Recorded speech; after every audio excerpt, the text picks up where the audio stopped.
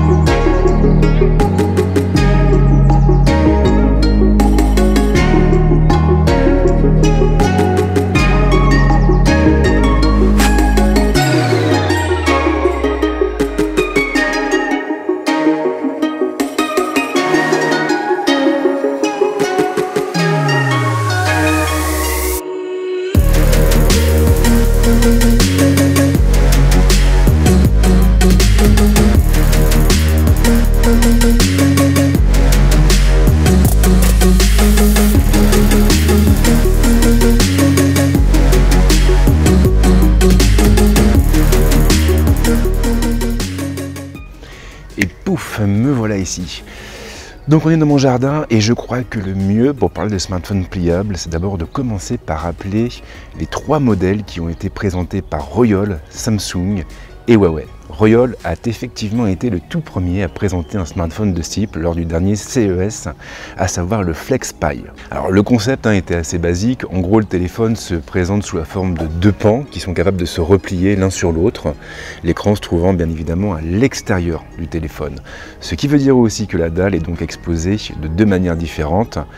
Lorsque le téléphone est replié, forcément vous avez une partie de l'écran qui est devant et l'autre partie qui est derrière. Mais ce n'est pas le principal reproche qui a été adressé à ce téléphone. En réalité, si le FlexPi a été très critiqué, c'est avant tout à cause de sa charnière.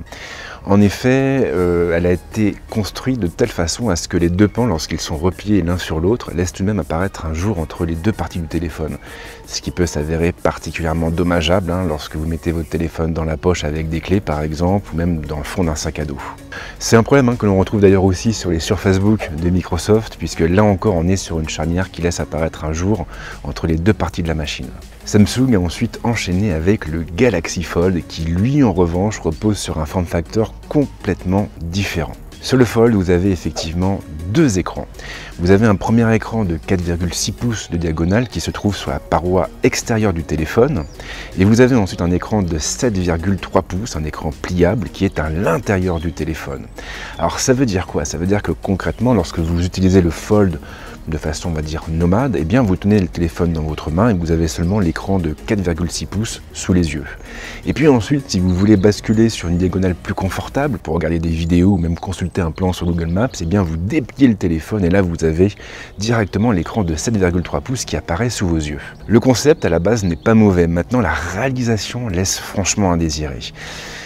On a différents problèmes qui se posent sur le Fold et le premier a trait à l'écran de 4,6 pouces car cet écran, figurez-vous qu'il n'occupe pas toute la façade de l'appareil. En réalité, on a d'immenses bordures autour de la dalle et ces dernières ne rendent pas le téléphone très aérien ni très joli à regarder. Et le second problème se trouve du côté de l'écran interne et donc de l'écran de 7,3 pouces puisque ce dernier comporte une immense encoche qui est placée dans la partie de droite, une encoche qui regroupe en son sein les différents capteurs du téléphone et notamment la caméra frontale. Et là, autant dire clairement, la formule n'a pas séduit les foules. Le Galaxy Fold s'est fait âprement critiquer après l'annonce, en raison justement de tous ces petits détails qui ne collent pas. Et puis vous avez le troisième appareil qui lui va mettre tout le monde d'accord. Cet appareil, c'est bien entendu le Mate X de Huawei.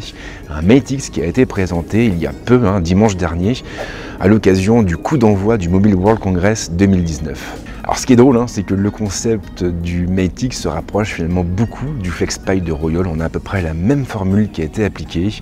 Et en gros, votre écran va recouvrir l'avant et le dos de l'appareil. Et puis ensuite, bien sûr, vous pourrez déplier les deux structures, les deux pans, pour avoir un écran, disons, beaucoup plus confortable.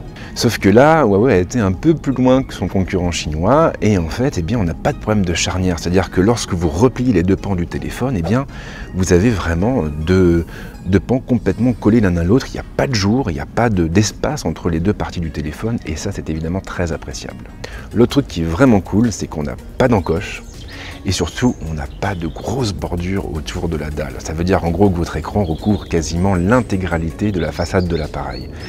Et mine de rien, ça lui donne un aspect beaucoup plus aérien, beaucoup plus travaillé et beaucoup plus premium. On a donc trois appareils avec trois visions radicalement différentes, mais ce n'est pas terminé, car en réalité, Royole, Samsung et Huawei ne sont pas les seuls à s'intéresser aux smartphones pliables, et vous avez aussi deux autres constructeurs qui sont en embuscade. Vous avez donc Oppo, qui a présenté un premier prototype lors du Mobile World Congress, et puis vous avez Xiaomi aussi qui travaille depuis plusieurs mois sur un téléphone de ce type.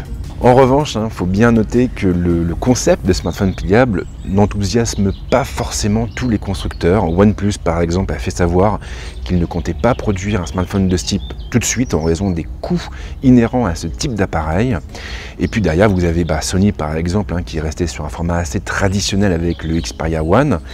Et puis vous avez HTC qui est toujours perdu et LG qui a essayé de faire quelque chose d'un peu bizarre en fait. C'est-à-dire que vous avez déjà un LG J8 qui n'apporte aucune nouveauté, à part un espèce de système de contrôle veineux qui n'intéressera absolument personne. Et puis vous avez un LG V50, encore un, qui s'accompagne d'un espèce d'accessoire qui permet d'avoir deux écrans en fait, avec une grosse charnière entre les deux.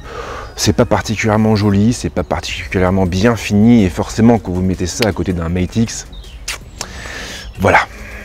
Mais tout ça pour vous dire en tout cas que la notion de smartphone pliable, ce n'est pas le délire d'un ou deux constructeurs, on est vraiment sur une tendance qui devrait s'affirmer davantage dans les années qui viennent.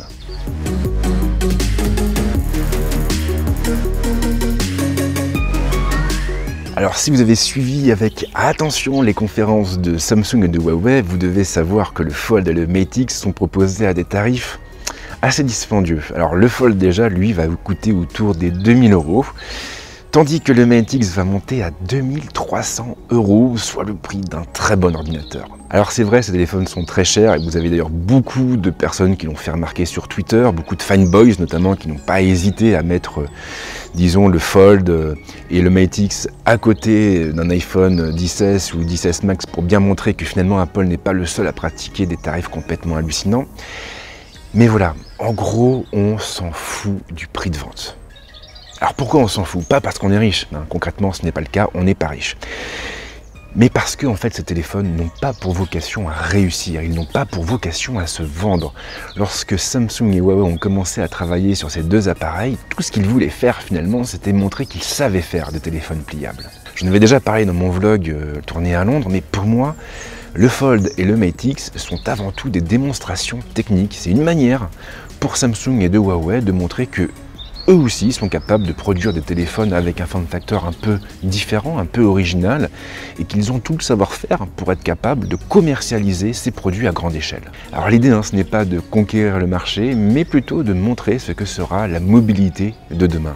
Alors si vous êtes né comme moi dans les années 80-90, vous devez savoir que les téléphones portables ont beaucoup évolué en l'espace de quelques décennies. Le truc, c'est que nos téléphones se sont aussi beaucoup uniformisé au fil des décennies. Avant, vous aviez des appareils qui étaient faits d'un seul bloc avec un petit écran, un clavier T9. On a aussi eu des téléphones à clapet qui étaient bien pratiques, qui prenaient moins de place. Pendant un temps, les constructeurs ont exploré la piste du clavier coulissant qui était finalement pas si bête. Et puis vous avez l'iPhone qui est sorti en 2007. Et là, à partir de ce moment-là, tous les téléphones ont commencé à se ressembler. Et donc, le clapet, le clavier coulissant ont laissé place au tactile. Alors c'est vrai, tous les téléphones ne sont pas non plus faits dans le même moule. Vous avez des constructeurs qui se focalisent sur la photo par exemple, d'autres qui visent la puissance comme Pocophone. Mais voilà, quand on place tous ces téléphones à côté les uns des autres, on remarque quand même beaucoup de points communs. Mais nous nous trouvons désormais à un tournant de l'histoire de la mobilité. Les écrans flexibles ne sont plus de l'ordre du fantasme et ils peuvent même se replier s'il le faut.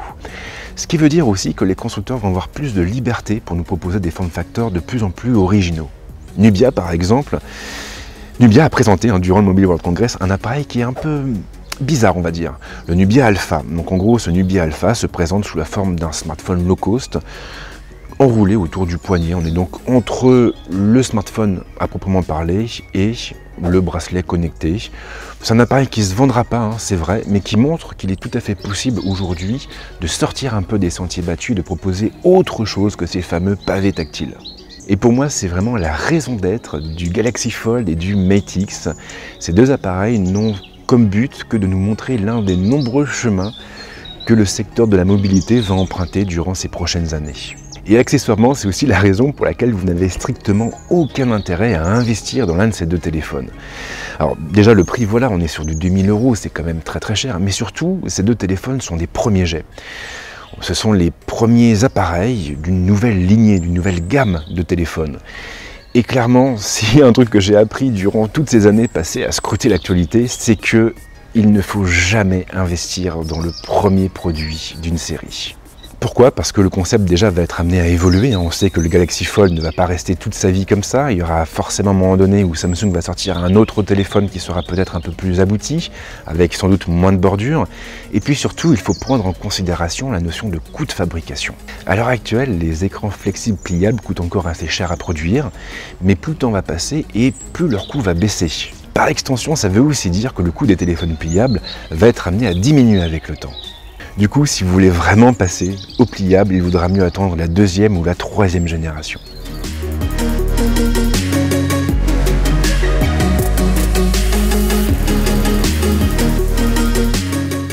En tout cas, en ce qui me concerne, sachez que je vais tout mettre en œuvre pour me procurer un Galaxy Fold et un Mate X. Ce sont des téléphones que j'ai vraiment beaucoup envie de tester. Alors c'est vrai, là, à première vue, après avoir suivi les deux conférences, c'est plutôt le Mate X qui a retenu mon attention. Maintenant, il faut toujours se méfier des premières impressions.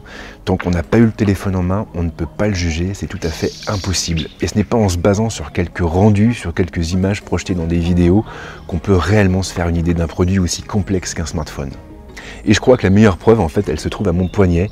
L'Apple Watch ne m'a jamais enthousiasmé, elle me laissait même de bois, je la trouvais plutôt mal finie, avec ce format un peu carré qui ne me plaisait pas. Et aujourd'hui, j'aurais énormément de mal à m'en passer. Ce qui prouve bien que les premières impressions ne sont pas toujours les meilleures et qu'il ne faut jamais juger un livre à sa couverture. Et voilà, cette deuxième édition du Talk tire à sa fin. J'espère qu'elle vous a plu. J'espère que cette vidéo vous a appris des choses. En tout cas, si vous l'avez aimé, n'hésitez surtout pas à la liker. Et si vous le faites, abonnez-vous aussi à la chaîne et pensez à activer la petite cloche. Et puis si vous avez envie de parler des téléphones pliables, eh bien les commentaires sont là pour ça. C'est la raison d'être d'un espace de discussion. Et je vous invite donc à partager vos avis, votre opinion au sujet de ces 2 ou 3 appareils à travers ces fameux commentaires. Quant à moi, en tout cas, je vous souhaite de passer une très bonne journée, ou un très bon week-end, ou une très bonne semaine, ou une très bonne vacances, peu importe. Et c'est promis, on se retrouve très vite avec d'autres vidéos. Ciao!